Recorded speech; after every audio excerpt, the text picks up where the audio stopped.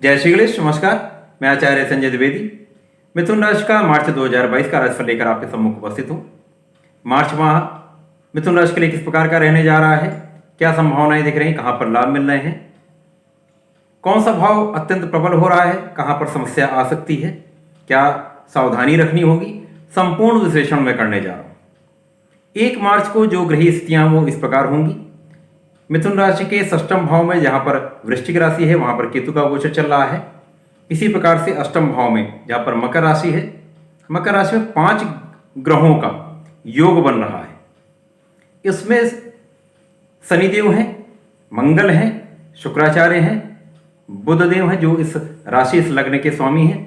इसी प्रकार से चंद्रमा का गोचर भी 1 मार्च को अष्टम भाव में अर्थात मकर राशि में होगा।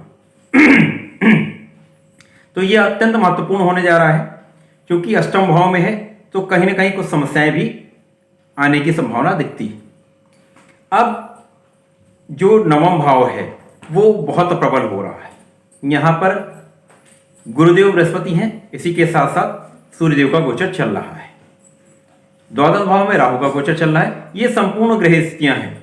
इनमें से यदि समस्त ग्रहों का विश्लेषण करें, समस्त स्थितियों का विश्लेषण करें तो ये बिल्कुल स्पष्ट दिख रहा है। यहाँ पर अष्टम भाव प्रबल है परंतु कुछ समस्याएं भी दिख रही हैं। जैसे अष्टम भाव में राशि लग्न के स्वामी का होना, बुध का होना, यहाँ पर आपको शारीरिक रूप से कहीं ना कहीं दुर्बलता दे रहा है। इसी प्रकार से लाभ भाव के स्वामी मंगल, वो भी अष्टम में है परंतु मंगल के साथ एक सकारात्मक भाग ये है कि मंगल षष्ठम भाव के भी स्वामी हैं। यहाँ पर एक विपरीत राजयोग का निर्माण भी कर रहे हैं। इसी प्रकार से यहाँ पर शुक्राचार्य हैं। शुक्राचार्य पंचम भाव के स्वामी होते हैं तो पंचम भाव के स्वामी का जाकर अष्टम में गोचर करना, यहाँ पर भी द्वादश के स्वामी भी हैं शुक्राचार्य, तो यहाँ पर भी कहीं ना कहीं ये भाग बैलेंस हो रहा है। परंतु चंद्रमा का अष्टम में होना कहीं ना कहीं मानसिक रूप से क्लेश करता है, समस्याएं देता है, स्वास्थ्य को कुछ निर्भर करता है।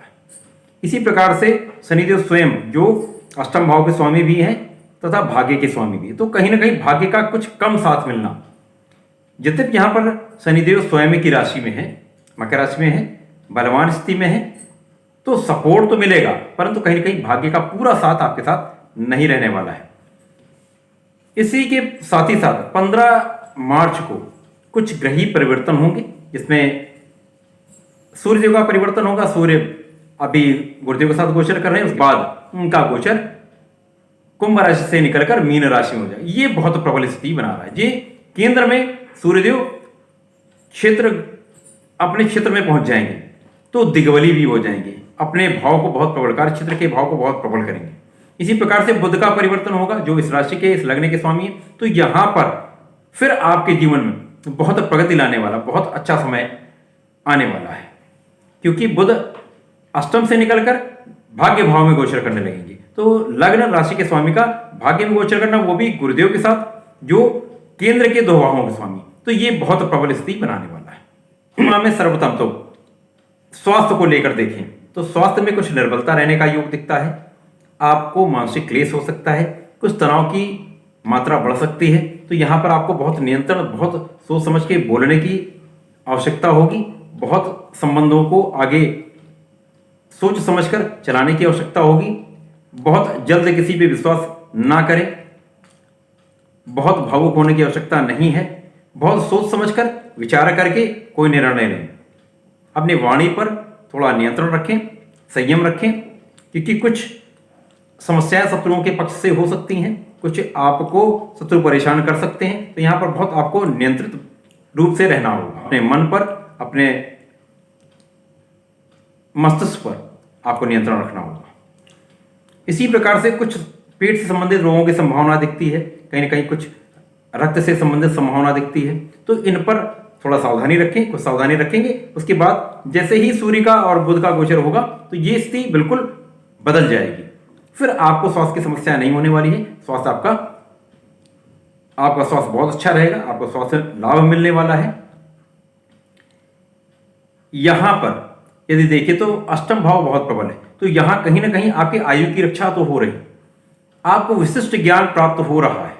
इस माह में आपके ज्ञान में बहुत वृद्धि होने वाली है, आपका ज्ञान बहुत बढ़ने वाला है, आपके आध्यात्मिक ज्ञान में बहुत वृद्धि होने वाली है। जो बहुत विशिष्ट ज्ञान लेने वाले लोग हैं, गूढ़ ज्ञान जिसे कहते हैं, तंत्र मंत्र से संबंधित ज्ञान लेना चाहते हैं, उनको बहुत लाभ मिलने वाला है। जो लोग कर्मकांड से संबंधित हैं, एस्ट्रोलॉजी से संबंधित हैं, उनको भी लाभ मिलने के बिल्कुल पूरा योग दिख रहा है। इसी के साथ यहां पर कार्य क्षेत्र का जो भाव है वहां पर कुछ निर्बलता आने की संभावना है। यद्यपि यहां पर आपका कार्यक्षेत्र सही रहेगा, क्योंकि कार्यक्षेत्र का स्वामी नवम भाव में है, भाग्य भाव में है, तो कहीं ना कहीं बहुत बैलेंस हो रहा है, यहां पर भाव बहुत संतुलित है। तो कुछ मानसिक समस्याएं हो सकती हैं, परंतु कार्यक्षेत्र में कहीं पे कोई बाधा या कार्यक्षेत्र में कोई समस्या, बहुत कठिन समस्या नहीं आने वाली। यहां पर शनिदेव जब रहेंगे तो कार्यक्षेत्र पर दृष्टि भी डालेंगे, स्वग्रही हैं तो कहीं ना कहीं आपके कार्यक्षेत्र को आगे बढ़ाएंगे। यद्यपि यहां पे कुछ अवरोध के साथ कुछ परिश्रम बहुत करना पड़ेगा, परंतु कार्यक्षेत्र आपका ठीक रहेगा।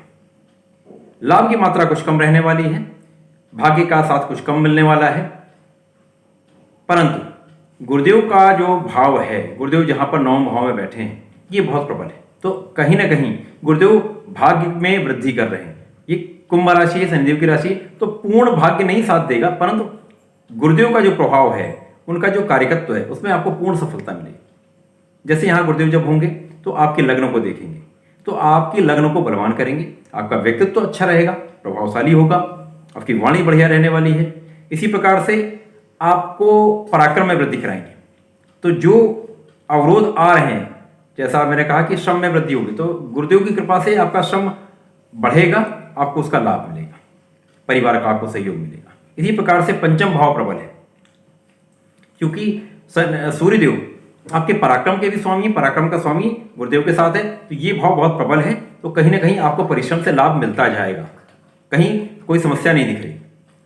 इसी प्रकार से शिक्षा का भाव बहुत प्रबल है, तो गुरुदेव की कृपा से आपका शिक्षा का भाव बहुत प्रबल, शिक्षा में बहुत लाभ मिलने वाला है, प्रतियोगिता परीक्षा में सफलता मिलने वाली है।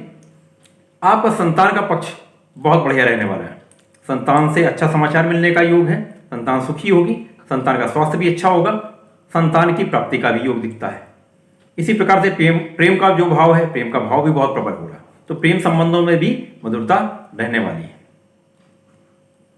यहां पर यदि देखें तो जब सूर्यदेव का और बुध का परिवर्तन होगा तो बुध गुरुदेव के साथ गोचर करने लगेंगे, इसी प्रकार से सूर्यदेव का गोचर दसम भाव में हो जाएगा। अब ये बहुत प्रबल भाव हो जाएगा, तो जो निर्बलता आ रही थी वहां पे इससे मुक्ति मिलेगी। आपका कार्यक्षेत्र बहुत प्रबल होने वाला है।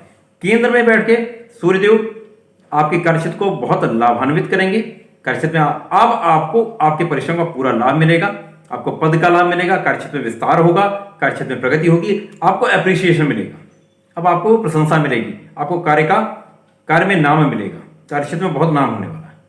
इसी प्रकार से फिर आपके पिता का सहयोग, आपको यश की प्राप्ति के साथ साथ आपको धन की प्राप्ति, ऐश्वर्य के साधनों में वृद्धि, सुख साधनों में वृद्धि का योग पूर्ण रूप से बनेगा। अब यहां पर बुध का गोचर गुरुदेव के साथ होगा, नवम भाव में होगा, भाग्य में। अब यहां आपका भाग्य अच्छा रहने वाला है, भाग्य का साथ मिलने वाला है। अब आप बहुत कैलकुलेटिव हो जाएंगे, आपकी गणना बहुत सटीक रहने वाली है, बहुत सोच समझ कर आप कार्य करेंगे, बहुत रिसर्च करके आप कार्य करेंगे, तो बहुत लाभ मिलने वाला है। आपकी लगन और बलवान हो जाएगी, आपकी वाणी बहुत बढ़िया प्रभावशाली हो जाएगी, आपके प्रशंसकों की संख्या बढ़ेगी, लोग आपसे जुड़ेंगे।